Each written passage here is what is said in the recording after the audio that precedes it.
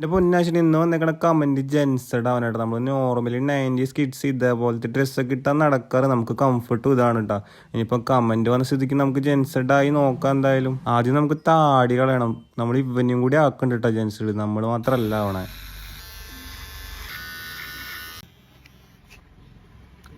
അങ്ങനെ ജെൻസഡ് ആവുള്ള ആദ്യത്തെ കടമ്പ നമ്മൾ കടന്നു കേട്ടോ. പഠിച്ചപ്പോ ജോലൈനൊക്കെ കാണാൻ നമ്മളവിടെ കുറെ ഡ്രസ്സ് ഉണ്ട്, പക്ഷെ നമുക്ക് ആവശ്യം ജെൻസഡിന്റെ ഡ്രസ് ആട്ടാ. ജെൻസിക്ക് ആദ്യം വേണ്ടത് ബാഗി പാന്റ് ആണ്.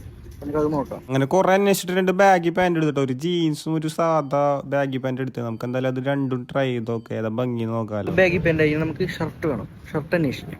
അങ്ങനെ കുറച്ച് നോക്കിയപ്പോ എനിക്ക് പറ്റിയ ഷർട്ട് ഞാനും എടുത്തു, അവന് പറ്റിയ ഷർട്ട് അവനും എടുത്തിട്ട് നമുക്ക് ട്രയൽ നോക്കാം.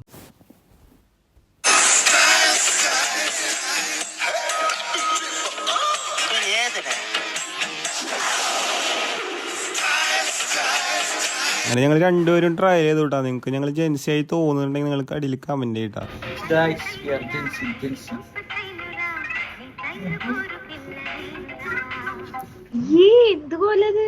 ഇങ്ങനത്തെ കോലത്തിലൊക്കെയാണ് നടക്കണേ. ഈ കോലൊന്നും വെച്ച് വീട്ടിൽ കയറാൻ നിക്കണ്ടാട്ടാ, നാണക്കേട്. അവളുടെ അഭിപ്രായം കൂടി കേട്ടപ്പം ഉള്ള കോൺഫിഡൻസ് പോയിട്ടാ.